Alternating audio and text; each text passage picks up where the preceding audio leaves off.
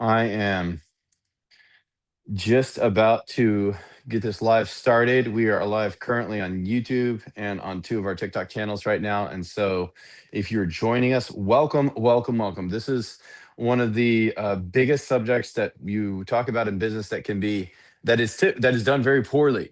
And one of the biggest opportunities that we have in our business is to help it to prosper. And one of the biggest parts of business that a lot of people get wrong and that they just don't have the concept, the correct, I guess I would say the right perspective of how much, or maybe the correct expectation, because it's one of the hardest things to get right.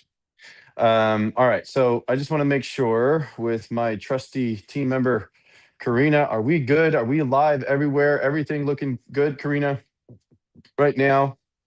And by the way, if you're joining us on TikTok and if you're joining us on YouTube right now, welcome to the channel. I'm so glad you're here, and I hope this is a very meaningful session in the series of building a multi-million dollar family business. All right, so let's see. Yes, we are live. I got the green light. Let's charge forwards. All right. So popping open my slides here, you guys should be able to see those as well as I go through them. But anyways, as we get into this information today, like I said, this is one of the biggest areas of that we have that we can improve our business and improve the lives of everyone on our team if we get it right. And it's also one of the biggest areas that if we get it wrong and we stay in the wrong for long enough, it can deeply hurt the business or even cause eventual failure because we're not paying attention to what we're supposed to be paying attention to as business owners, as business leaders, making things work for the benefit of the organization and everyone on the team, and even the clients in the market for that matter. So it's one of those things that like this. I hope that how to find clients. That's the actual what do you call topic that I'm going over today.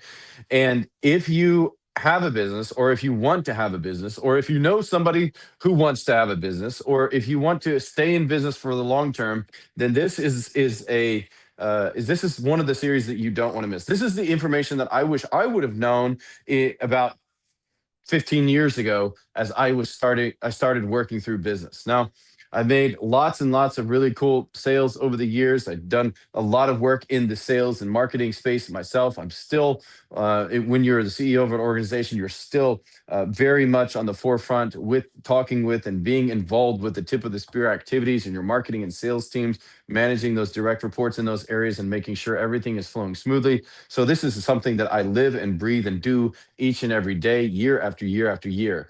And so if somebody would have sat down and said, hey, there is this guy on YouTube that has information about how you can grow your business, and he tells people how to find clients. This is the stuff that I wish that somebody would have told me way back when. And it's been learned through this all the content has been learned through a trial of fire. Like what worked, what doesn't work, how much do I need to do of that, how little do I need to do of that, and so on. So this is not going like I'm going to cover as much ground as I can today, but just because the breadth of this subject is so vast, we can't in 1 hour actually divulge all of that you need to know. So I hope you like and subscribe to the channel, because if you don't, you're going to miss some of the key information that we're going to. Um, Sorry, somebody said the CEO one network is not so good. Let me find out what's going on here really quick. Maybe we can access another Wi-Fi group here. Let me try to see if I can add it. Here we go. We're connected. All right, let me know now. Team, how's it looking now? How's this channel looking right now, guys? Because if you're on TikTok right now, please let me know. Can somebody wave, say hello, say hey, yeah, it's good. Are we having a good? Is the stream looking good right now? Ah, great. Okay, we're gonna leave it like that for now. So, how's the YouTube live looking? Is that looking good, guys? Anybody, whoever is on YouTube right now watching, is that looking good too? Please let me know. 1, 2, 3, 4, 5. Karina, is that good? Dun dun dun dun dun. Good.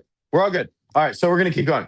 So this is the information that I wish somebody would shared with me, and because the information package is so vast, we can't share it all in one session. So I really hope you like, subscribe, follow wherever you're looking at this information. Follow, like, and subscribe because we're going to be unpacking more and more critical pieces of this as the year unfolds. And by the way, this is one of those things that doesn't ever end. It always changes. There's always updates, and there's always more to learn and more to know. So as we go through the content, I just want you to realize that what I say in this one today is setting the groundwork so that, like, this is the stuff you need to know at the beginning. And if you know it at the beginning, you have a much higher likelihood of being successful in your business and growing your business. But if you don't know it at the beginning, you stifle your business and you really give yourself trouble for moving forward. So if you're joining from wherever you are, please just type in where you're from. Would really love to know where you're joining us from. That would be really awesome. And by the way, if you have a question at any point of the live, by the way, there's 3 cameras pointing at me right now. There's 1, 2, and 3. If you have a question at any point of the live, please feel free to type it in and just ask. And my trusty team member, Karina, she will make sure that it pops up on the screen in front of me, or at least on one of these screens that's around me here. And so we'll make sure that we answer your question as efficiently as possible. So guys, welcome to the live. And I hope this is a very meaningful experience for all of you as we work through and helping people understand how to find clients as you grow your business. Now, if you want to actually see the slideshow stuff, I'm sorry, on TikTok, you can't really see it. You're going to have to jump over to the live on YouTube. So I would suggest, if you have time and if you are in a place where you can, and you're not driving or something like that, that if you would just jump over to YouTube on the live on my Tyka CEO channel over on YouTube. I'm live right there right now, and there is where you can see the actual slides to this. If you'd like us to actually send you the slides later on, just so you can jog your memory or have a better understanding, or be able to have some reference material, let us know and we'll make sure we get that out to you. All right, so this masterclass is on how to find clients, and we're doing this in the building of a multi-million-dollar family business. So some of the myths that I've heard people say and that I've seen people believe is, like, if you build it, live visibility restriction. Why? I don't know what that means. Okay, I don't know what that means. So the myth is, if you build it, they will come. So some people think, I don't know what this restriction is showing up on the screen for. Okay, I don't know what that means. If you build a company, if you build a business, or uh, if you build anything something to sell something, then somehow people will come and they will buy your stuff. That's what I've heard so many people think. Like, if I just build anything, people will come and buy it. And the truth is, that is absolutely false. If you build something, kudos to you, but to actually get people to buy stuff long term over a long period of time, you have to go out and get those clients and build relationships and then start the sales process and make sure it works. So we're going to talk about how to do that in this master series today, but I just want to debunk some of these myths right off the bat, that if you build a business, people will come and buy your stuff. Just like that old movie. Like, if you build the baseball field, the guy walks out in the baseball field. He's like, if you build a baseball field, the legends will come. Well, that only happens in the movies. In real life, people don't come, and you actually have to go out and find the clients. And that's what we're going to be talking about today. All right. So if you work hard, you deserve people to buy your stuff. Well, maybe you deserve people buying your stuff. That's really nice if people actually do buy your stuff.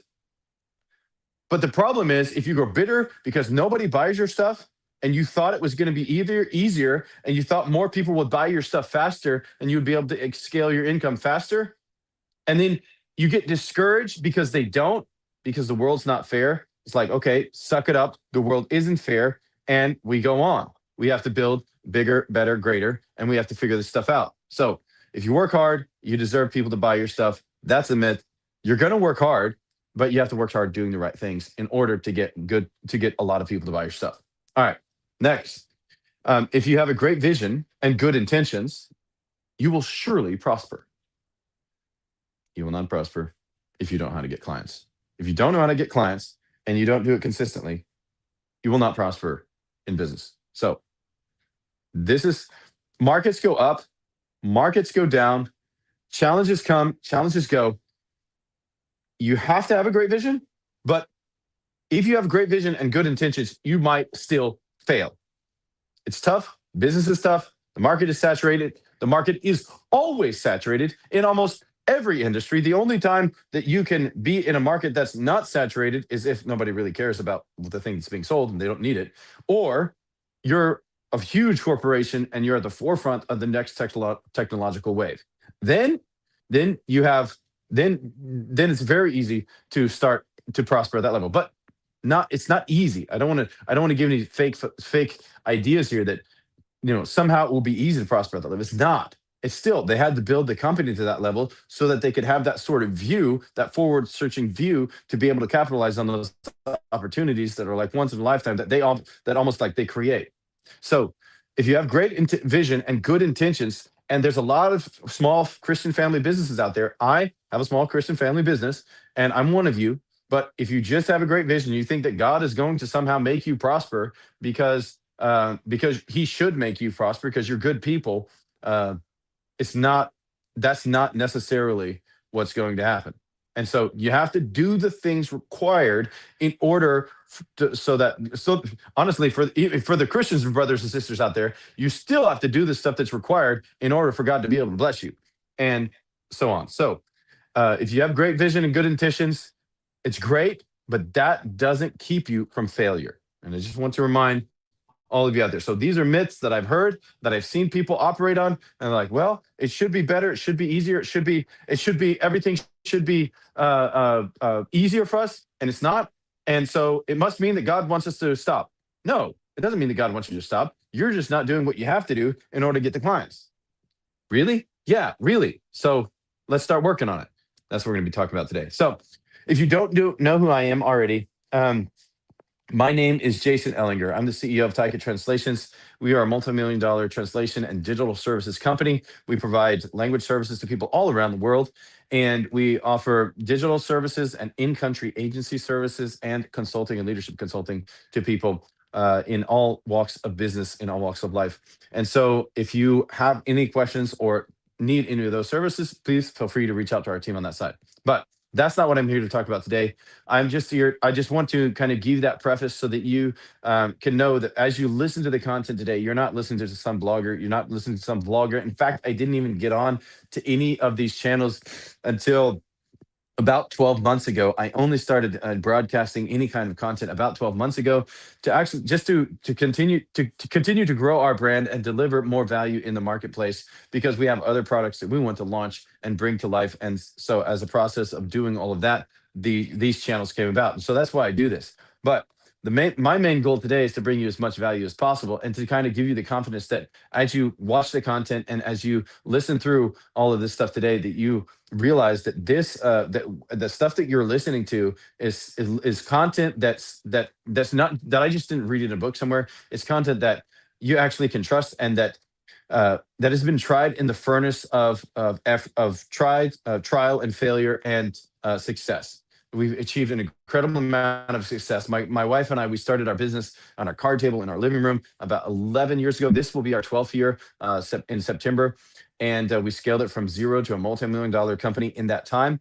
And we've worked incredibly hard with a great team, and been able to create a lot of prosperity. And so I'm sharing the secrets, the skills, the hacks, the information I wish I knew back then with you guys, so that you can maybe not have to run into some of the brick walls that I did along the way, and hopefully prosper faster. And if I provided you that value, then I have achieved my purpose with these lives today. So again, we're on multiple cameras here. And so if you're joining us from TikTok, or if you're joining us on the YouTube channel, I just want to welcome you.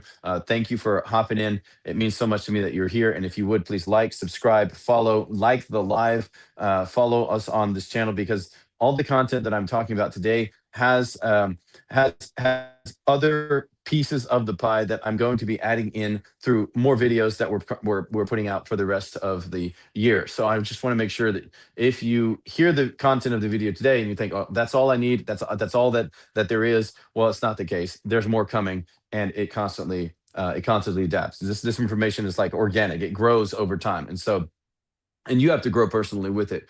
So I hope you join the journey with us. So like, subscribe, hit the notifications bell, follow, like the live, and that would be so awesome to have you on in our tribe. All right. So the reality in business is this: well-intentioned people often fail in business, and as hard as that is to stomach sometimes, as hard as that is to actually receive, and as unfair as that is, it is the case. Well intentioned people often fail in business. And why is it? Well, there's a multitude of reasons, but there is one singular reason that a business fails. And I was listening to a Harvard, was it Harvard? No, it was a business coach. He was, this is the book, How the Mighty Fall. And I was reading through How the Mighty Fall. And he said, in this classroom, they were talking through how, what happens when a business fails. What is the thing, the paramount event that happens? And the students, they gave different theories and different ideas, and he's like, no, there is a single thing that happens. Like, okay, what is that? And he wrote on the board, CASH, cash. When the business has zero cash, it is done. When your business has zero cash, it is done. And when does it have zero cash? When it has zero paying clients. And when you don't have a product that you can get in front of people who want to buy that product, who need that product or service, and who will actually spend money with you in order to get that service. So, well-intentioned people often fail in business. No matter how good intentioned you are, if you have no cash, your business fails. Simply building a nice site and doing some AdWords, it might do a little, or it might just drain your cash and do absolutely nothing. That could be the reality. I've done AdWords really poorly. I've done AdWords better, and we're even doing them better this year. But if you do them bad, you could just drain all of your money, have no cash, and not have enough paying clients, and your business goes under. Company, culture, eat, vision for breakfast. What do I mean by that? The people in the company that do stuff day in and day out that causes the business organ to work, and cash to flow in and cash to flow out and cash to fluidly move throughout the organization, that is what causes your company to prosper. And culture eats vision for breakfast. Vision is important. I have a company called The Vision People. I believe in vision. But if you only have a vision and you don't have a culture of people within that organization that drive sales and drive cash and make that vision come to life daily and fund that, create the economic engine for that vision to take effect in this life, in this marketplace, then the company goes under. Now, finding clients is both harder and easier than you think. It's harder because you might not realize the volume required, but it's easier because the steps really aren't that complicated. Now, let's go forward. Today's landscape requires a multifaceted approach to getting clients. You can no longer be a single way of doing things in order to get clients. My company operates in the United States, and we operate in many countries around the world. And it's not possible to infiltrate those marketplaces by using a single approach, having one sales guy going door to door talking to people. That's nice if you can do that, but we have a global marketplace now, and you can't use only that resource in order to get your content out there in front of people and have them buy your stuff. You actually have to have a multifaceted approach that works and works again and again, even while you're sleeping. So today's US market is the most marketed to environment in history. People say, well, my business failed because the market is saturated. The market is always freaking saturated, and it always will be saturated if there is a product or a need that you're serving clients with. somebody else will find it out, or Chinese will find it out, and they will start serving the clients that you serve for cheaper. The market is always saturated. There is never a time when there is not a saturated market out there. In every single industry that I have ever worked in, the market is saturated. So what do? We create our brand, we increase market share by developing relationships and so on. We'll talk about this stuff in a little bit, but the point is, if you think that your market is saturated, it's because it's saturated. And so what?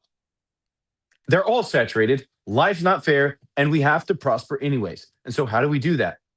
Doing the multifaceted approach. And that's how you find clients.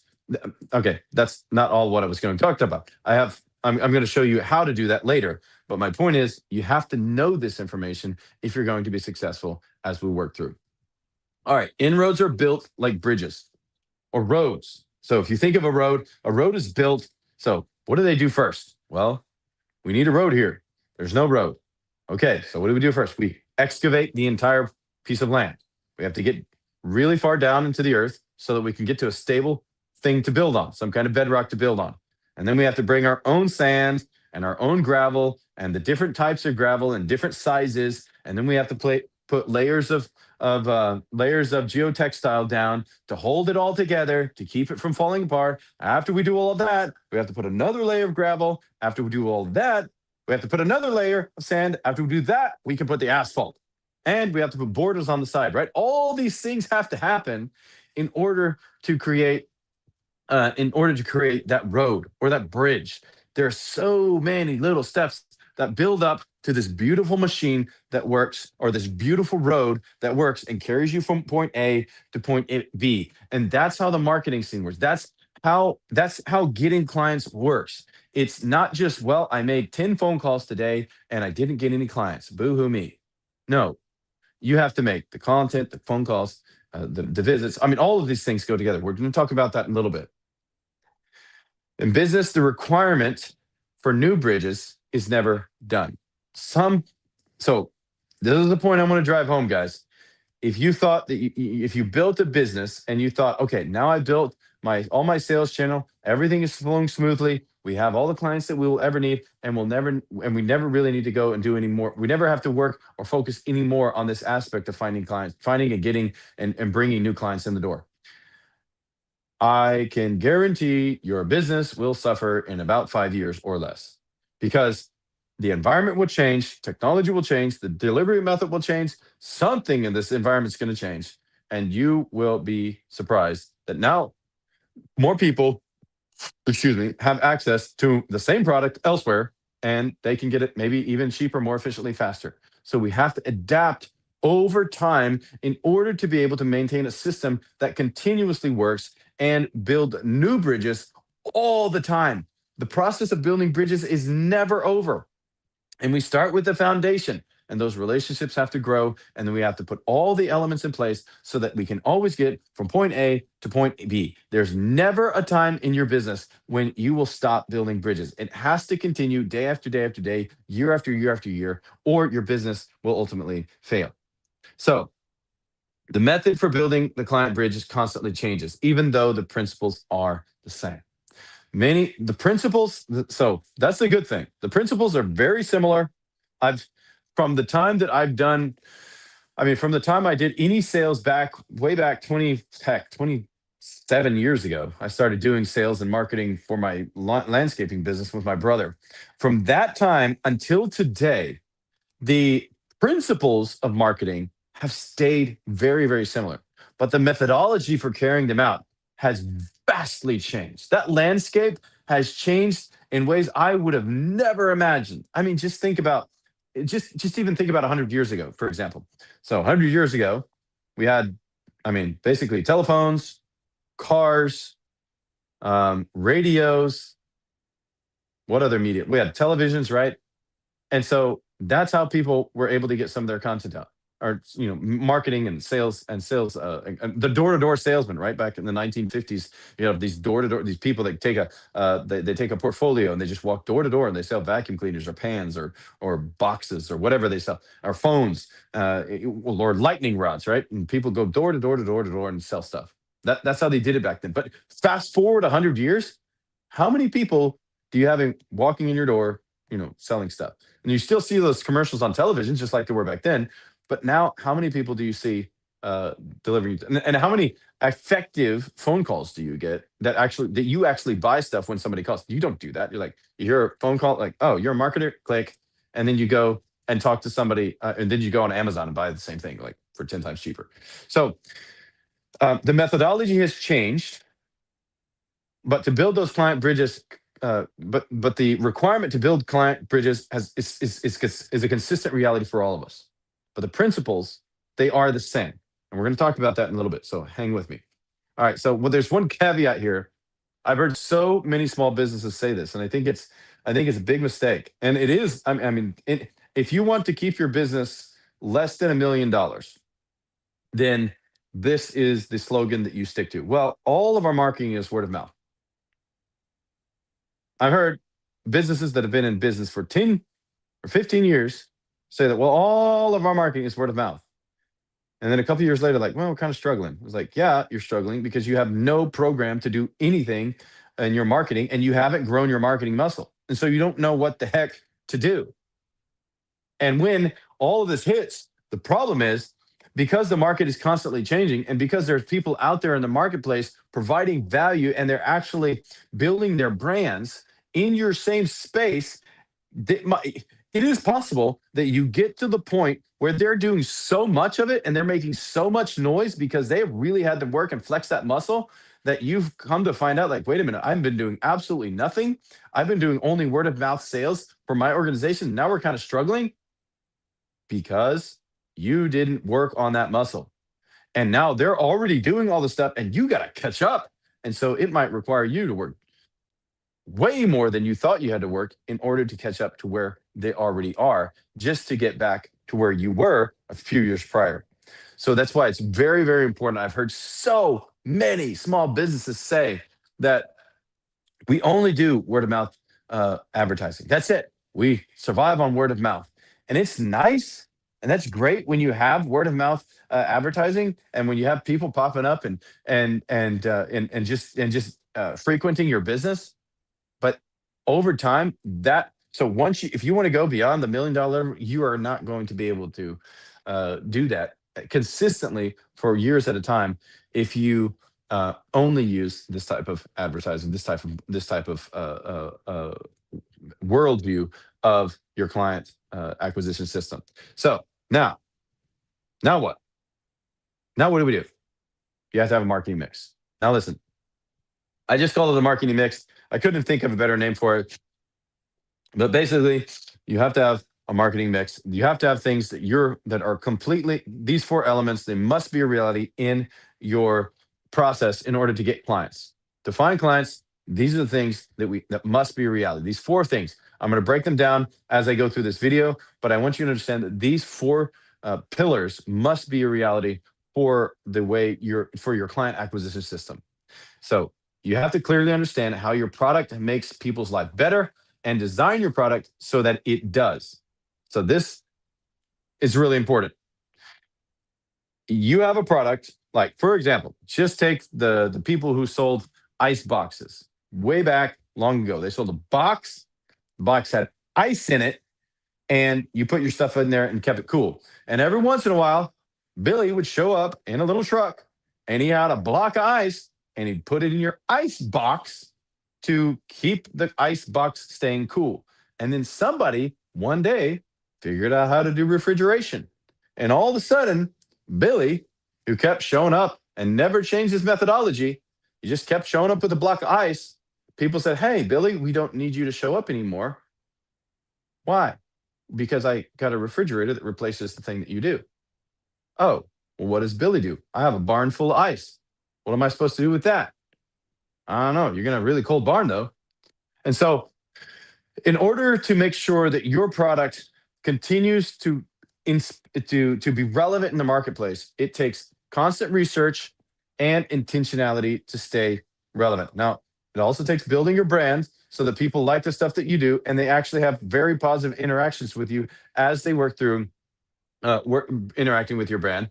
But more importantly, if you don't understand how your product makes people's lives better and your life only gets better because you sell the thing, because you get money for that, or you fund what your kids' college, or you fund your life, then that isn't very helpful. That product eventually will become irrelevant in the marketplace. And if we have irrelevant products in the marketplace, how long do you think that business is going to last? Not very long. It's going to go under. So the first thing we have to understand is how our product makes lives better, and design our products so that it does. It's always an outward focus when you look at your products. When you actually have a product that you present to the marketplace, if it's not outward focusing, if it's not providing a significant value to people, and if you don't know how it provides value to them, then it will be very, very difficult for you to get clients. So that's why this is the first thing. Whatever the thing it is that you do, a product, a service, multiple products, a store, whatever that is, how does your product make their lives better? And if you don't know how, first of all, answer the question how it does, and only you can answer that question. Or you can do some research online and ask ChatGPT to help you understand how your product makes people's lives better. And then after you do that, you can get some really, really good ideas on how your product makes their lives better and what problems that it solves, so that you can understand how to better market your content. And this is the first step that you need to do in order to look out there and getting clients. All right, the second thing is identify your client avatars. I'm going to break this down a little bit. Don't worry about it. But in this, you just need to know these 4 pillars have to be reality. You have to know what your product does, how it makes people's lives better, and continually be intentional about adapting that product so it makes people's lives better. Identify the client avatars, and then create those profiles so that you have access to them on a consistent basis, so that whenever you get confused about what your clients need or how you make their life better, then you can always go back to that and say, all right, these are the things that I know our product does for people that is actually relevant. These are the things that might need to change a little bit. This has dropped off from being very relevant. Now we understand, okay, these are the core things that make it really relevant. Now, who in the world needs those things? All right, so that's when we get into client avatars. And that, as we understand what our product does and how it makes life better, we can much easier get to the client avatars and build those client profiles. We'll talk about those in a little bit, so don't get confused or don't worry. I'm going to talk about that. All right, so the third thing we have to do is to deploy marketing methods that evolve with the market.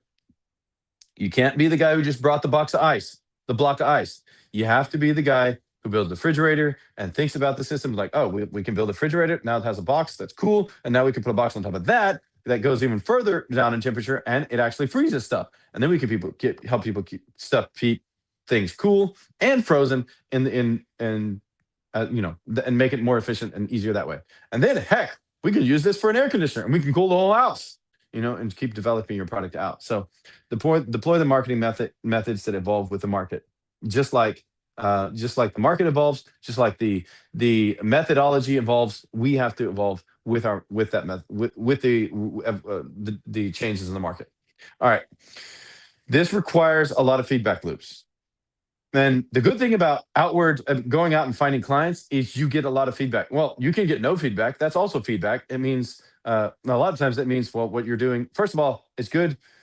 Okay, first of all, if you get no feedback, it could be a good thing. The fact that nobody is kicking you off their email list, and they're actually just receiving your information, and they might just kind of appreciate you being there. And that's kind of a good thing. Or you might get positive feedback where hey, I kind of need the thing you're selling. I kind of like the thing you're selling. Hey, I need this or that. I've got questions about this. And then you can actually interact with them if you're if you have these outward going messaging. Or they could give you feedback loop like, hey, don't ever message me again. I hate your guts. That has happened. And so just because I'm a completely irrelevant client, I do not buy your stuff ever, and you should not contact me. Okay, got the message, understand. Thank you for letting us know. All 3 of those, they're all positive things. Whether the client, wanted to get off the list, that helps us to hone down our list and make sure that we're only contacting relevant people. When the clients are quiet, it just means they probably don't need it right now, and eventually they will. Or it means you might need to make your message a little more relevant and clear. And so all of these feedback loops and these implementations that we have to make have to be carefully looked at Invite you to co-host with another creator. No, I'm not doing that right now, buddy. Thank you so much for asking. I'm going to decline that. Um, because I can't do that right now. Anyways, all right. So, deploying the different methods, they have to evolve with the market, and they require those feedback loops. So, any feedback that you get in as you start deploying your content in the marketplace, any of it is really good feedback.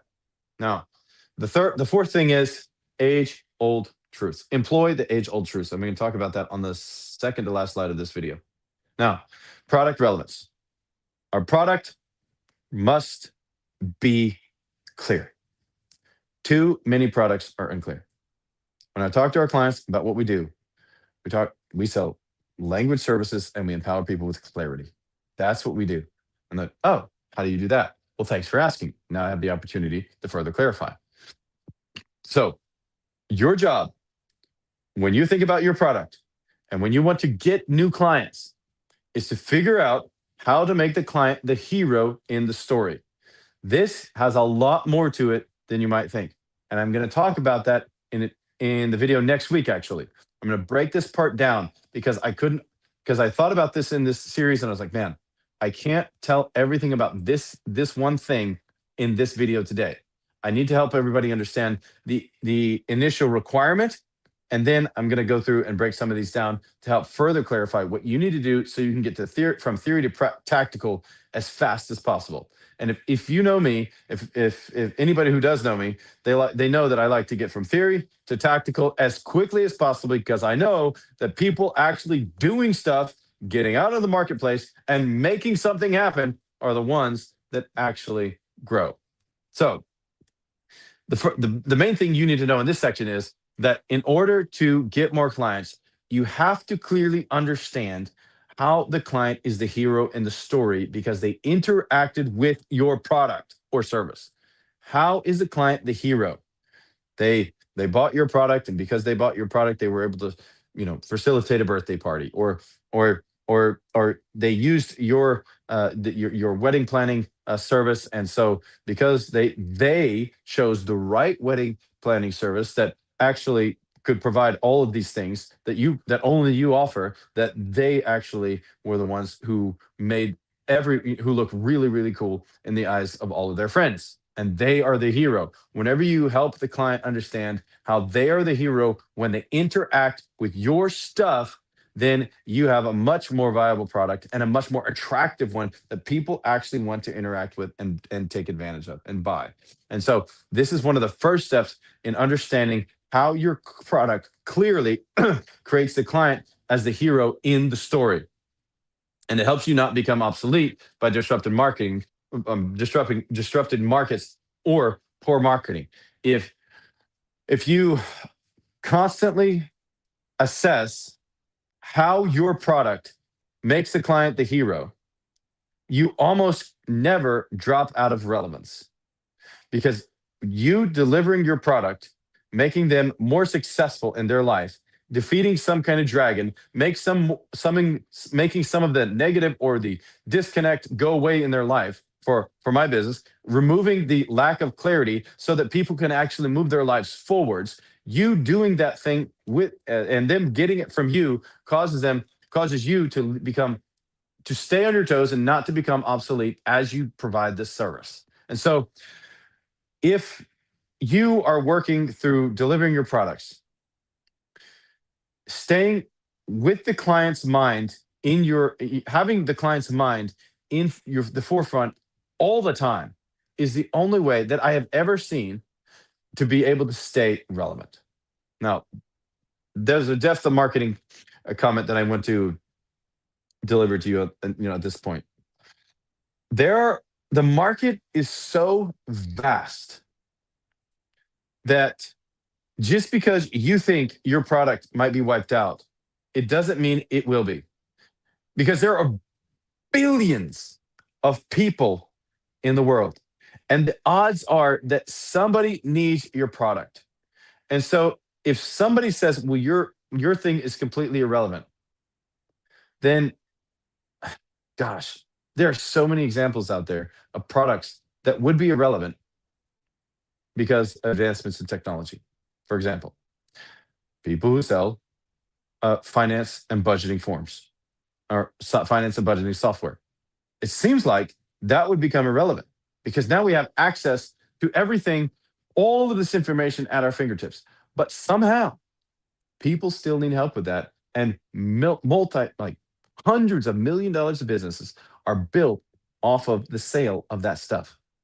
And so if you think that your product is somehow irrelevant and that the thing that you do is no longer needed, I would challenge you to really consider whether or not it is, if you have simply not created your marketing bouquet and understood the requirement in the current environment to market and sell your product, or is it something, or is it legitimately that there is no market for that thing that you sell? And I mean, most of the time, because the market is so big and so global, even in small niche products, they're not obsolete. The problem is they are marketed too poorly because people don't know what they're doing in their marketing and sales processes, and they can't make the sales happen, or they become too used to a word of mouth type of methodology, and then their business starts to slow down, and they just don't know. They just say, "Well, nobody ever needs our product anymore." No, people desperately need your product. They just don't know you exist. And that's the crazy part. You live in this world where you and I, we live in this world in our business and we work hard every day and we try to get information out there and we try to tell people about our stuff. And we think that, well, we've done so much and still not all the people know about our business. Like everybody should know and have heard about our business. And it must mean that nobody wants to buy anything. It's not the case at all. Like you just don't realize that so many people don't do enough to get their product in front of the right eyes. And so that's why we start with this one. We have to create clarity around our product, help make sure we understand how the client becomes the hero, and stay relevant in our marketing so that we always make those values come to life in our marketing content so that the client can see when they buy our stuff, like, oh, yeah, that's how I'm going to become the hero when I buy that thing. Because, oh, yeah, that does solve the problem that I'm facing. Now, let's move to the very next one, client avatar. And if there's one thing that you should always have in your system for client acquisition, it is this, your client avatars. Now, our company, because we serve multiple client profiles, we have about 12 different profiles that we like. Okay, there's a lot of different types of clients we can serve, but we've narrowed it down to about 12 in the different types of clients that we go after. And so we have very concrete, very clear explanations of who those clients are, what they want, and what they need, so that when we go after them, we understand the messaging, the age profile, the gender profile, and where they hang out, and all of these other characteristics about them, so that our marketing stay relevant to that individual avatar. And so for you, you need to write this out. Your ideal client, the ideal client that you, so if you've been in business for a while, it's a little bit easier because now you know you've sold stuff to people once in a while here and there, and you've been able to create some sort uh of a profile in your mind, at least, of like, oh, when we work with that type of client, it's a really great experience both for the client and for us, and it's super profitable. Okay, so if you can grab a few of those in your mind, you can start really extracting, okay, what type of client it is that I need to have, that I need to be creating my messagings for, so that I can bring them into our our marketing profile. Now, this starts with just a short description for yourself. This is an internal thing, internal document that you have about the clients that you serve. So start with a document that says at the top, what is their age, the gender, the position, the thing they do, the type of work they do, and how and when they purchase your product. It's just a description at the top. And you just think about you being in the client's shoes. How, when, and why do they purchase your product? And write this stuff out at the top. Here's the client avatar. This is a, maybe it's a for one of our clients, like a school administrator. This is the, typically the age, this is typically the gender, this is why they purchase our product, and you have this information written concisely in a document that it's just like a 1 page, if you have to, 2 page document, because sometimes the characteristics can get a little long. And then you get into the characteristics, where, who they are, and then where and when you can find them. And when you have this information written concisely on a sheet right in front of you, accessible to your whole team that's creating and delivering this messaging, it makes things way, way, way easier. And so I really urge you, don't skip this step. Really look into, okay, who are the clients that purchase our stuff? When do they purchase it? And all the information that you can extract around the personalities behind who purchased your product will give you a very clear and helpful ma- matrix, or and I'm not, I don't know, helpful information base to so that you can start building forwards with your marketing program and to go out and get those clients. So branding will come from this. So listen, people make branding super complicated, but branding is simply this: your clients like stuff, and you pair your stuff with the stuff that they like. And then you can go forward and sell stuff because they like the stuff that you pair your stuff with. And so now you can sell them more stuff. And you can be more popular in their marketplace because more of the people that are kind of like them like the same stuff that they kind of like. And so you have a bigger chance to be able to influence more people in those circles. And that's simply how branding works. You pair stuff with the things that your clients like, and that helps you to prosper. Now, they needs to have product intel. You do need to know what product, like if you sell multiple products, if there's multiple products in your store, if there's different types of service, if you have a products and services mix, you do need to understand, okay, this is the product they buy, and this is the client set for that, or this is the product they buy. Make sure you separate them out if you have different product offerings. Like, don't separate, like if you actually have a store and you sell food, well, you don't have to separate it all. Like, don't try to separate, like, okay, these are the canned goods, these are people who buy milk and bread every day, and don't do that. Just the general main preferred client is what you're after. And then you can start understanding how you can pair with the things that they like, and make sure that you show up in the places that they uh, uh, man, I'm losing my words today. I don't know what's wrong with me. And that you can show up in the places that they frequent, so that you can make sure that there's an encounter. All right, so your marketing and content and your client acquisition will be largely formed around the profiles you create. Now, let's talk about methods. And this is, man, this one is so big. I almost didn't put it into this slideshow, but I thought, okay, our people need to know.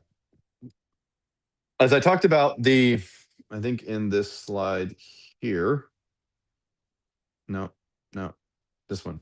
Employ, no, it'll truth, the marketing methods, deploying marketing methods that evolve with the market. This is so big that if you don't realize and don't engage with the learning, growing into, and deploying each of these in your business, leaving any one of these out, you'll be leaving out a critical piece of the pie that makes the marketing bouquet work. And that's how I look at the marketing, a client acquisition. It is a bouquet of different deploying of different activities very effectively over time that draws clients to you. Now, what are the methods? We're going to talk more about some of these methods in the future, but this is something that you really need to grasp. There are If you extract any one and don't employ it, then you will be causing yourself a lot. You'll be missing out on a venue for marketing and acquiring clients. So now, let me talk to the two first old ones. They're old, and some people say they've gone away, but they haven't gone away. They're still effective, and they still work. How do I know this? Because they work in my company each and every day, calling people and emailing people. They say, "Well, I don't like to talk on the phone, and I can't, and I don't know how to write marketing emails." Well, you're gonna have to learn, because your relationship. I don't know what happened to mine. Here, can everybody still hear me? All right. All right. Just want to do a sound check really quickly. Can everybody still hear? Okay. Is Karina? Can you still hear everything fine? I want to make sure that we're still doing good on here, because I just had a little bit of a glitch in my AirPods. Everything good? Can we still hear online? Everybody still here? Yes? No? Karina, do you hear me? Let me type. Do you? Okay. Okay. Still good. All right. I just want to make sure you all could hear me because I just heard something happen in my sounds, and I just want to make sure that we didn't have any glitches here. All right. So, all right, let's go forward. Calls and emails. Man, like years and years and years ago, I remember my some of my first experience with business was you had a list back in those days. She used a Word document, and then graduated to Excel, and then you built the relationship with the list. Boom. And you're like, what? It is such a basic and simple thing, but so many people fail to do this well over time. And when you fail to do it well over time, what happens is that you start having misfires and you start wondering why there's drama and friction and why your marketing is not as impactful as it should be. In fact, you weren't employing and deploying some of the most basic methodologies for making sales and developing relationships with clients. The calls and the emails must be a reality. And that list that you have that you're building a relationship with is a never ending process. You're constantly building the relationship with the people on the list that frequent your organization, that buy stuff from you, for lack of a better word or a phrase, the people that come buy your stuff. You're building a relationship with those people. And if you don't have another thing to sell to those people, you have to think about another thing to sell to those people. They came in, they trusted you enough to give you their money, and now you have a list of people on a list that you should be building relationships with. And so many people miss out because they don't do the phone calls and do the emails. And these are not like, hey, John, how are you today? You want to buy this thing? It's not that kind of, that's not, it's not that kind of call. It's building a relationship with them and that maintains your trust over time. And that when they need the thing that you offer, hey, did you know that we sell these things? Oh, I didn't know that. Thanks for letting me know. When I need it, I might get back to you.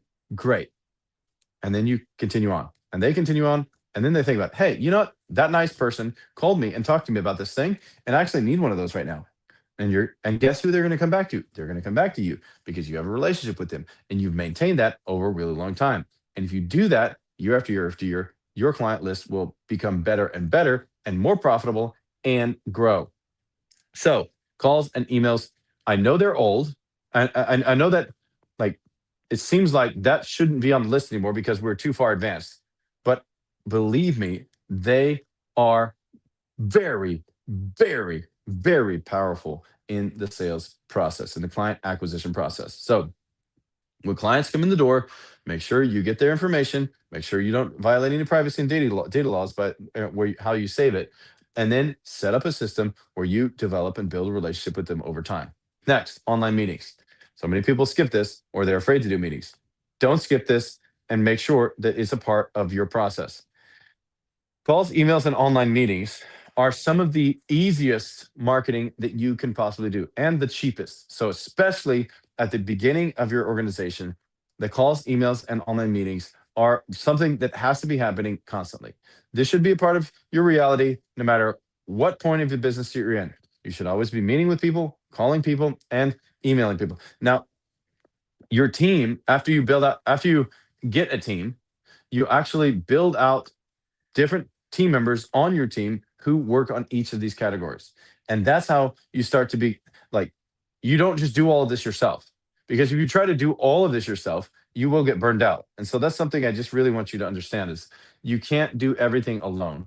And you will eventually need somebody to come in and help you to be able to deliver on these items. Oh, what's going on here? Oh, hold on. Mm, boom.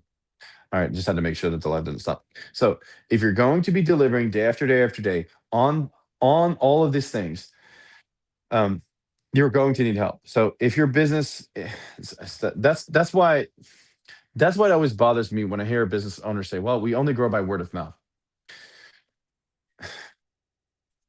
You can't grow by word of mouth.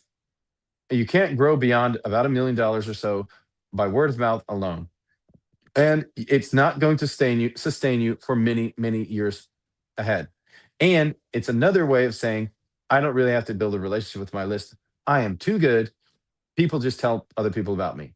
It's really nice when it's like that, but it kind of gives some kind of an essence of pride that, well, I don't have to because I'm so freaking good that I don't even have to do extra marketing because I'm freaking awesome. And guess how that's going to end? Not very well. I've seen so many businesses because they never started to engage in the process of marketing and growing their relationship with their clients fail. So, clients, emails, and online meetings, make these a reality in your life. If you're not good at them, find somebody who can do those well and then let them do that thing. There's a lot of people who specialize in some of this work that make it easier and much better client experience. If you're kind of a gruff, direct person, you probably shouldn't be the one on the phone calling them up and say, "Hey, how's your life going? How are things going for you? Did you know that we offer these products? Do you need any of those?" And you probably aren't the kind of person because you just call them up, it's like, "Hi, this is Jake from such X company. Yeah, we sell this stuff. Do you want to buy it?"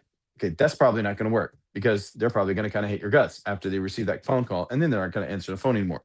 So make sure that that's not the type of outreach that you have going on in this area. And I mean, we get phone calls to our business, people who want to call in and subcontract with our company, like, "Hey, can we work for you?" It's like, "I don't know, maybe." And it's like, "Okay, what do you do?" "Well, we do this, this, and this." "Okay, well," anyways, we was like, "Okay, contact this person and talk to them, and hopefully, if the prices are right and your service and you have the good enough quality assurance methods, we can start working with each other if that's a good relationship." But more often than anything, you need somebody who could be really good at each of these things. Somebody who's good at calls, somebody's good at emails, somebody's good in online meetings. And those might be some of the same, and they might be different people. Then we move to networking, conferences, and visits. And yes, if you have a business and you want to grow it, you're going to have to actually sit with people, talk to people, and actually interact with them. I saw one comment on a video. Was somebody was talking about marketing, and they're like, "Okay, so how do I grow my business?" And the guy was going through this big marketing scheme theme on the video. And it's like, "Okay, it's this, and if you do all these things, it don't work." And the guy's like, "Just network, just freaking network." And so that's kind of what the thought that comes to my mind when I put this on the slide is like, we don't realize that. I mean, as nice as it would be to be able to only sit in your home and never actually have to visit anybody, it will be fine for a small boutique company. But if you want to grow beyond this small boutique thing and to a very multi-million dollar organization, you're going to have to get out and connect with people.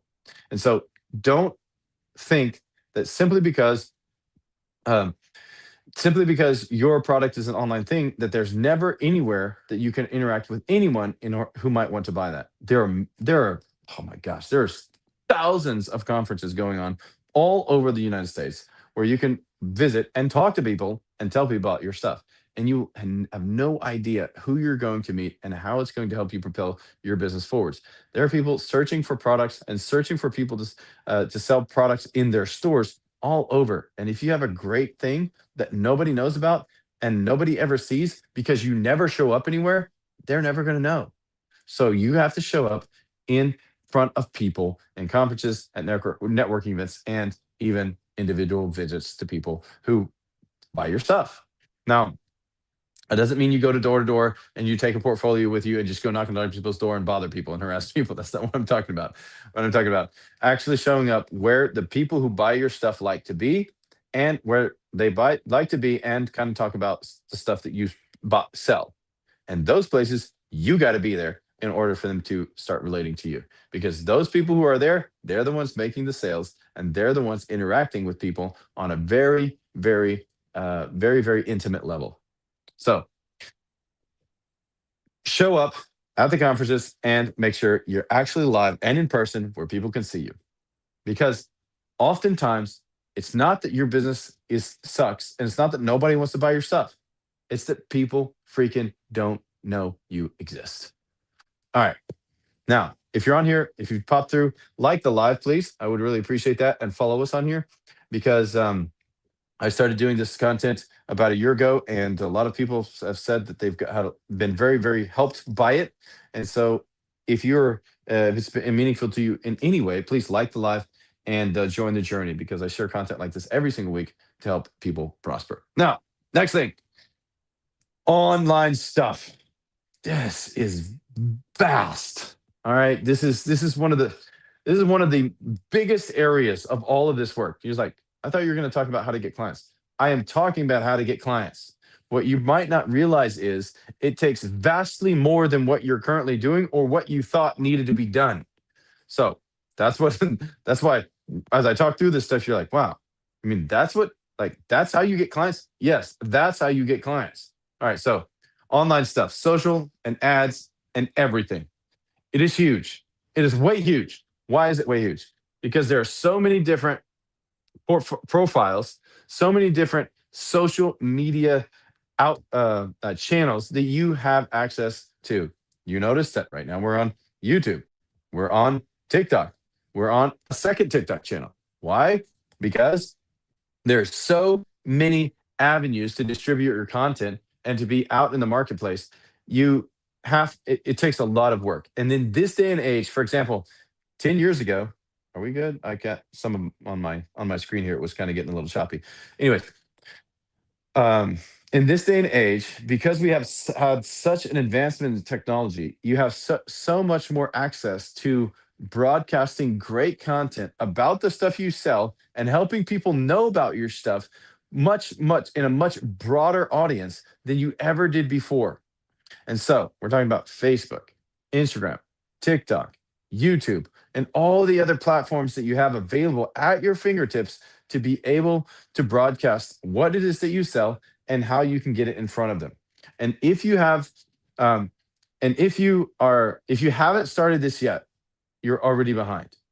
I mean, you're like, man, I cannot harp on this enough. Just post something. Say, hi, my name is so and so, and I sell this. And you can buy it here and do that 5 times a week. That's not terribly long. People are not really that concerned about the super high quality. They just want to, of the content. The product's got to be good. The best way to fail a poor product is to market it really good. So don't do that. But my point is, people are not terribly worried about your content that you're putting out. I mean, I watched the video for, it's just an example. I have a Can-Am Traxxter Can-Am Traxxter XMR. It's like this kind of really cool all-terrain buggy, and all-wheel drive. Super cool. My kids love it. We go driving through the mud and the snow, and it's awesome. And I was looking online for my son is like, okay, we need to fix this thing. The rollers on the secondary clutch brake, the secondary clutch broke. I'm a kind of mechanical guy. I'm a hands-on guy. Like hands-on stuff. So a lot of times, if it's too broken, obviously I'm going to take it to shop and have somebody fix it. Just somebody deal with it. But if it's not that broken, I might look into it and I'm going to try to figure it out. So my son, I got online, started looking through a few different things. I looked actually from the manufacturer. I was like, well, they have this product, and then started reading reviews of the product. Like, oh, it's not so good. And these people sell the same thing, but they're a small mom and pop shop out of Mississippi, and they've got this tiny YouTube channel where they say, hey, this is the stuff we sell, and it's actually way better because these are the things that go into it.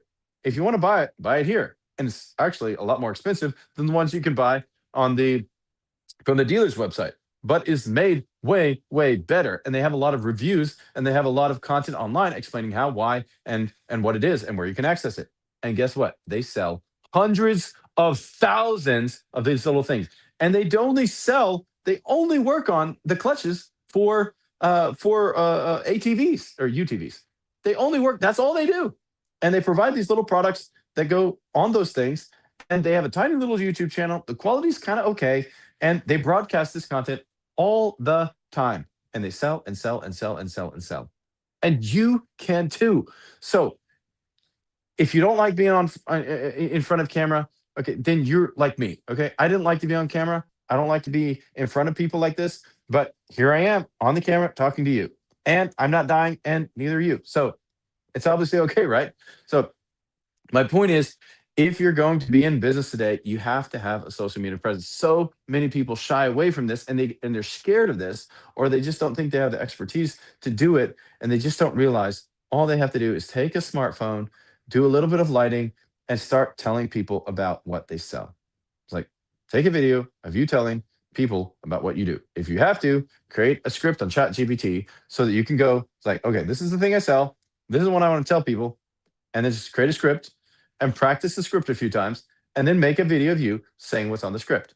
And that will help you get your very first steps into making a very consistent online posting. Now, you have to post consistently. You have to be to stay relevant and to keep your information flowing out into the marketplace. You have to be very consistent day after day after day after day after day, week after week after week. So if you can't post every day, fine. Post 3 times a week and let people know what the thing is that you do, and tell all the different types of situations on how you can use that. People love stories, and they would love to be able to be engaged with your product if your product helps them out in the way that they need to be helped with that story. So that's why I'm telling you, this is a huge section. Online, that's why I put online stuff, social and ads and everything. This is just it blows up into this massive section within your company.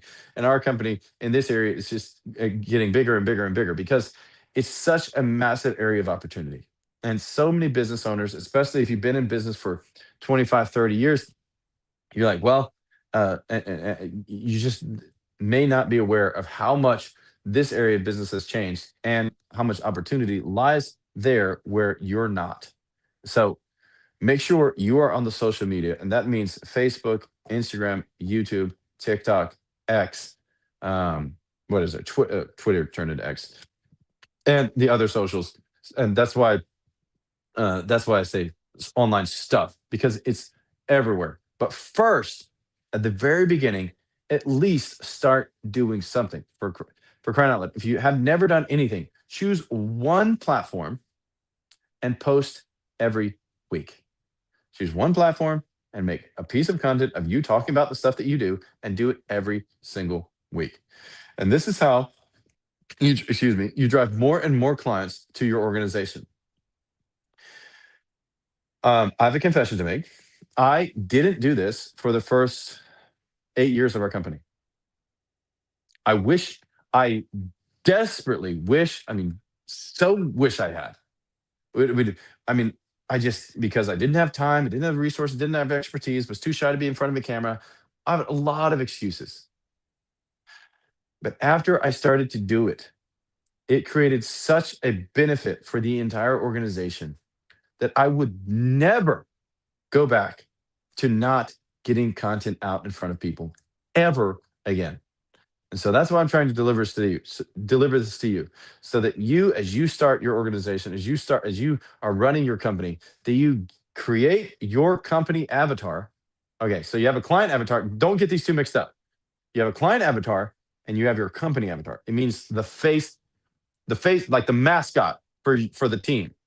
You have to have somebody who's a mascot for your team, constantly posting stuff online that people can build a relationship with you, even if they never talk to you, because they see you again and again and again popping up in different ways, in different capacities, talking about different products, different things that they can buy frequent, or maybe even pass on to somebody else who actually, because they had a good experience with you, they'll pass you on to somebody else. So the online stuff, the social outreach stuff, is absolutely mandatory. It's not a question anymore of should you, or is it necessary anymore.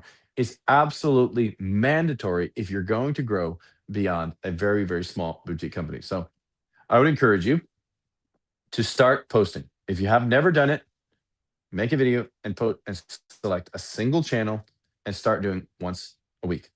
After you do that, start scaling up. And you'll already learn so much just by doing it one time on one platform once a week, that you'll start being like, oh, well, I can use the same content. I can repurpose it a little bit and post it on YouTube, Instagram, Facebook. And then we can even have that much more reach. Okay. So don't think that if you just do one thing and that's it forever, that's what's going to work and make you prosper. That won't. You're going to have to become consistent first, get much better, and then you'll be able to scale and get more content in front of more people. The thing is that it will make you more visible in the marketplace. And remember what I said about people just don't know you're there. They don't know you exist. You think they know you exist, but people don't know you exist. If they knew you exist and they knew how good the thing was that you offered was for their lives and how it made them the hero in their story, obviously they would buy it from you. But it's very unlikely that the people who need to buy your stuff know you exist because of all the other noise in the marketplace. Remember at the beginning, we said the United States market is the most marketed to culture in the history of man. And if you're not out there and deploying all of the methods that I'm talking about today, then you're not loud enough. And if you're not loud enough, and if people don't hear you for long enough, it means you go out of business.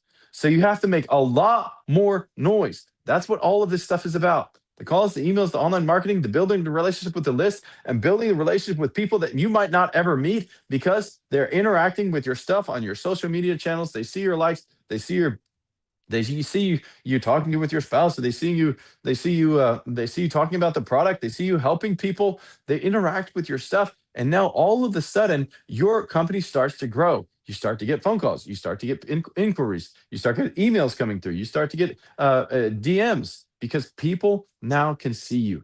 But people cannot see you if you don't get this stuff out in the marketplace. And this is how you get clients. More people have to see your stuff that need your stuff, and in a way that they can receive the message like, oh, yeah, that's actually where I am right now, so that they can interact and come to purchase it.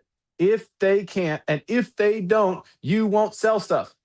And so it's such a frustrating thing when I hear, well, I just I set up my business and I built my website and I created a Facebook page, but we're not selling anything. Like, yeah, because the market today requires the multifaceted approach to selling stuff in this environment. It's just like the guy who delivered the refrigerator block, the block of ice for the ice box.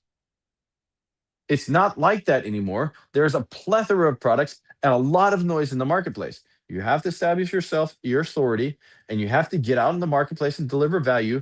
And you have to be able to tell people clearly what it is that you sell and how it makes them the hero in your story, so that you can actually get them to come buy your stuff, to get new clients. Man, I'm going to be talking more about this. This isn't the only video that I'm going to put out on this. And please like, subscribe, and follow us, because if you haven't already, there's so much more content in this section that I can't even divulge all of it in this masterclass today. So stick with us, follow us, like the live. Make sure that you share this live with somebody that you know that needs help in this area, and go with us in the journey, because I break this stuff down. I talk about all of it, and I deliver that content into you in a way that you can actually take it forwards and apply it to your own business, to your own life, heck, to your own personal brand, if that's all you have at the moment, and it will make your life better. So, a complete client acquisition system will have some percentage of all of these, with quantities based on the product or service you sell. So, if you take all of these things, and I admit that maybe I haven't written specifically on this slide all of the different ways of that the content goes out, and I acknowledge that right now. But the basic idea is creating the relationship with the list, doing these things, doing these methods. And if you don't have some bouquet, some mix of all of these things in your client acquisition system, you're letting yourself down in that area. So make sure that all of these are a reality, and some businesses will have more or less, but all businesses, man, my tongue's getting tired. I guess because I've been talking for so long, I guess my tongue's getting a little tired. But all businesses will have a this as a part of their. You think of 100%, and now you break it out all that from that 100%. Some businesses will require you to call a lot more. Some businesses will require many more emails. Some businesses will require a lot more online meetings, and it's better to schedule the online meetings because the people that you sell to have too little time, and when they buy your product, they actually buy it really well if they just go through an online meeting. Or some people actually need more of those conferences, so you need to go to like 3 or 4 conferences every single month to really interact with the people that buy your stuff. Like the mix and match here highly depends on the product or service that you sell. So, but the main point here is all to have a complete client acquisition system to get new clients. You have to have all of these and constantly be building the relationships. And remember at the beginning of the video, I said building the bridges with those new clients. The most common area businesses don't engage in, and they have the power right at their fingertips, is the social and online content production. Now, in recent days, we've seen more and more and more companies engaging this, but I've seen so many companies, they just don't, they either do it really poorly, or they posted one video a really long time ago and they didn't get 6 trillion views, and they're like, "Oh, well, that doesn't work. That sucks." They're like, "You need to work at it. You need to deliver content on the thing that you do for 5 years. And then you can kind of determine whether or not it's effective." What? Yes, I told you the market is highly saturated. You have to deliver content for a really long time and deliver that value in order for them to be able to engage with your product and actually build the relationship to where build enough of a social profile and social proof that people can trust your product and then buy it. So I hope that you understand that, we talked, as we talked through the product and we talked about the client avatar and then we talked about the methodology, that um, it's not a one and done thing. You're actually never done. And so that's why I really hope that you like and subscribe and follow us on TikTok and follow us on YouTube, because so much of this content I will be delivering later on in the year, and the details for how to actually tactically carry this out in a very impactful way, faster than you otherwise would. You'll be able to see in the future videos. All right, next, age old truths. I promised you that I would give you the 4 pillars. This is the fourth of the 4 pillars. In a day of AI, in a day of noise on every platform, everywhere, age old truths remain alive and well.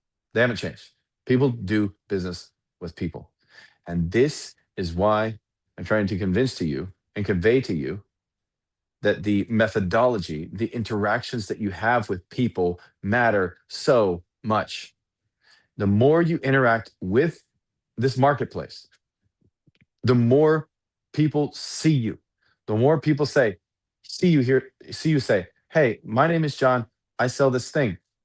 And by the way, so and so bought this thing from us and they're really, really happy. And here's how it made them the hero in their story." The more people hear you say that, the more people you will be able to interact with, the more people will build a relationship with you, and the more people that will do business with you. Till this day and age, till this moment, might change at some time in the future, but I haven't seen it yet, and it hasn't changed for thousands and thousands of years. People do business with people. So you have to be online and you have to be in a place where people can interact with you. And that's either online on the socials, it's either creating content that's evergreen, it's either making phone calls, it's either showing up at conference. It's all of that wrapped up into you being available to the market so that you can get clients, because so many people think, "Well, I did 10,000 calls and I didn't, have a lot of success." Well, the requirement may have been 100,000 calls. It may have been like 10,000. I mean, like, sorry, it may be like a million calls. Like, what? Yeah. You have to have a lot of people calling constantly to talk to people and help people understand what you sell. Like, what? I didn't think it was that much.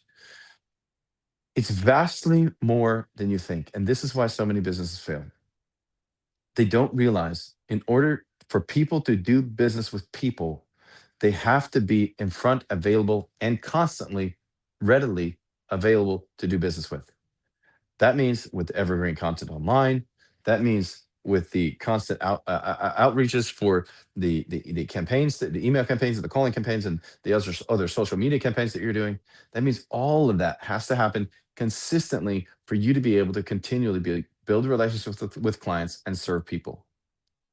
And you grow at the speed of trust.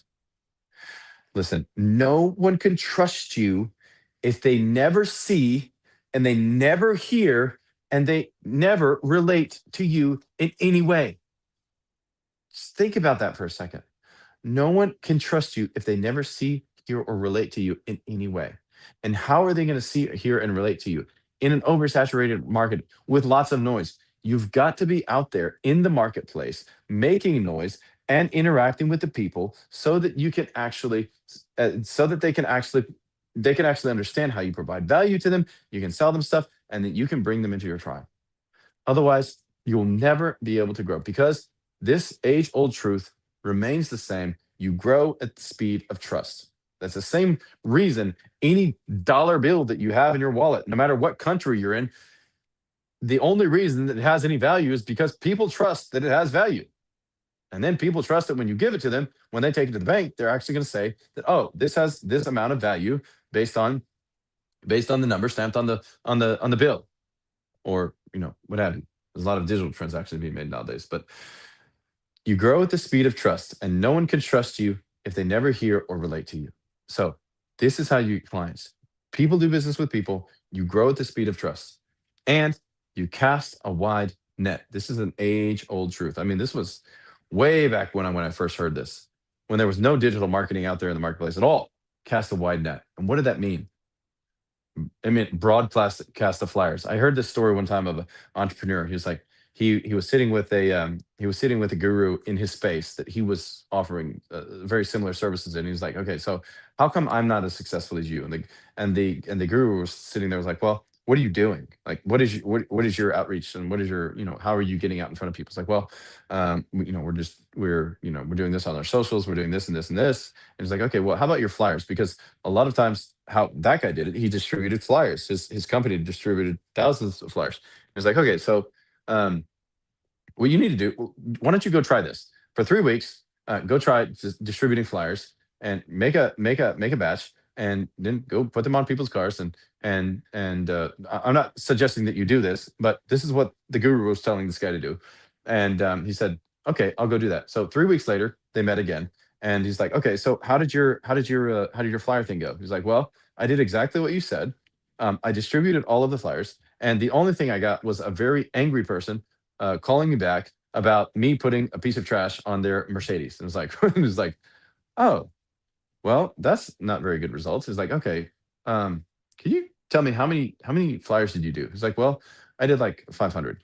It's like, oh, and so he had a teachable moment where he sat there and he's like, okay, like, okay, little grasshopper, the guru speaking to this grasshopper, like Yoda speaking to Luke Skywalker. It's like, so when we do these flyers, we we print 10,000 flyers in our test flyer category, and we distribute them all. So we have 5 tests with 10,000 flyers each, and all of those flyers get distributed. And once we have distributed all of those from the one that we have the best result in, this means 50,000 flyers. One from the ones that we have the best result in, that's the one that's going to be our key flyer for the actual outreach. And then we do 25,000 flyers per week for the next 10 weeks. And the young entrepreneur sat back and was like, oh, like the volume was like 6,000x what he just did.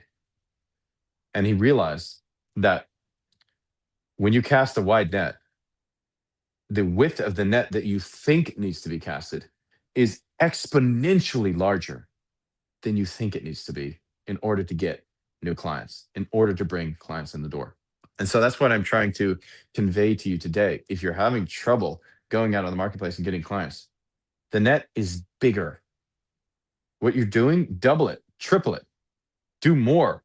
If it's completely ineffective, okay, add all the methodology, the calls, the emails, the visits, the make sure you actually have the list and you actually are interacting with the list. Make sure you have the visits. Make sure you're doing all your social stuff.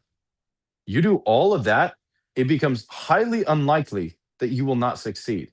And the point is to do so much, cast such a wide net that it is unreasonable for you to not be successful, even if your product is marginally used. And so, outreach and volume must increase consistently and perpetually. If you're not doing a lot, start now because starting tomorrow is not going to help. Start today. I mean, I just met with our sales teams and our marketing team, and we are doubling our outreach in some of the categories. And some of the categories we're exponentially like a thousand times more. We're exponentially increasing the outreach in some of the areas. Why? Because we're casting a wide net. That age old truth, it remains the same now and forever. And for you and for me and for everyone in our business. And your outreach and your volume must consistently and perpetually increase throughout the life of your business. That grows and grows and grows and grows and grows. And the person who gets more influence, creates more trust, interacts with more people, that's the person who does the most business in your category. All right.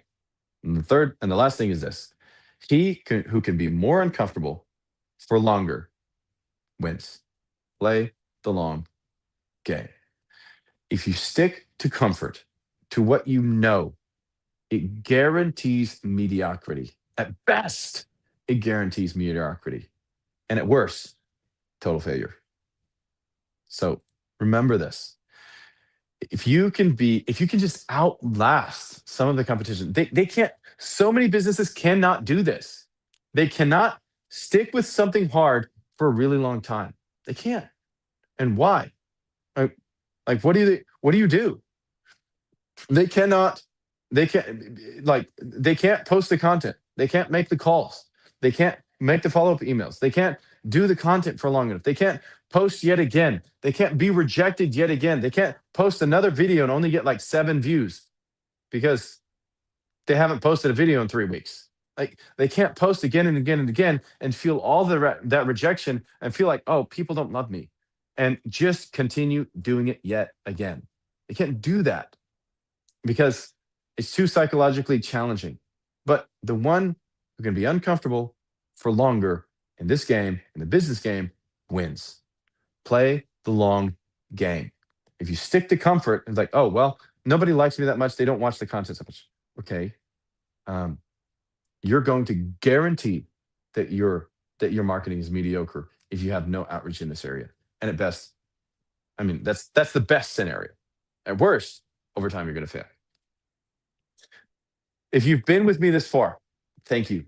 Thank you for hanging out with me on this video. I hope all the information was clear. If you have a question, drop it in the comments below, drop it in the chats, send us a DM, send us a message, email. We'd be happy to connect with you. Please like, subscribe, share this content with people that might need it. Because again, I create and distribute content daily and deliver this content to people all over the world who need help building their businesses. So if that's you, or if you know somebody like that, then please make sure you share it. Please make sure you share it with them and let them know that our channel exists. And I hope that I will be able to serve you as much in this video, and I hope it was very meaningful and that I can do even more so in future videos. So if you haven't done so already, please like and subscribe to the channel. I don't know what's going on with the thing right now. If you haven't done so already, please like and subscribe and follow us on the channels and let us know how we can help you and what you would like more clarity on, because I create content almost every single day. Actually, I'll tell you this: multiple pieces of content, sometimes lots of pieces of content, are going out on all of our social media channels every single day. And so we're interacting with a lot of people. And if you need help, or if you if we can help you in any way, we'd be happy to do that. So make sure that you like, subscribe, and follow us, and that you go on the journey with us. And if you need anything that we can, if you need any questions answered for your specific situation, feel free to just jump in and ask us, and we'll make sure we get you an answer for that. So thank you for being here. Like the channel, subscribe again, and share it with somebody who you think it would might help, that we might be able to encourage, help, and help them grow their business. And next week, you're not going to want to miss this. This is about, I mentioned this earlier, but it's about talking about the marketing story for your client that actually works. We talked about making the client the hero in the story. And that's what I'm going to be unfolding in the next video. It actually takes an entire video to talk through it and for me to explain it. So join me next Wednesday at 8:30 Central, 9:30 Eastern, where we'll be talking about that. And by the way, you're not going to want to miss some of the really special guests that we're putting on the calendar this year to join on these videos. So if you're on here, I have some really cool people, some airline pilots, some other businesses in different categories, some pros in social media fields. And if you want to know more about that kind of stuff, and just become more of an expert and become more well-rounded, learn some stuff about those areas, please like, subscribe, and share the content with somebody else, so that you can be involved. Definitely make sure you hit the notifications bell for when we go live, because when we go live, you can be sure of one thing, and that is that the content that we're sharing will be something that it might have theory in it, but it's going to go very quickly to a very practical, applicable message that helps you to be able to move things forward in your life. Because one of my ultimate overall visions in all of my life and my family's life is to empower people with clarity. And that means helping people get crystal clear on what needs to be done so that they can move their life forwards, upwards, and faster at even a better pace than they already are. So join in on the fun. I will look forward to seeing you on the next video. And please don't be afraid to send us a message, ask us a question, and share this with your friends. And we'll see you on the next video.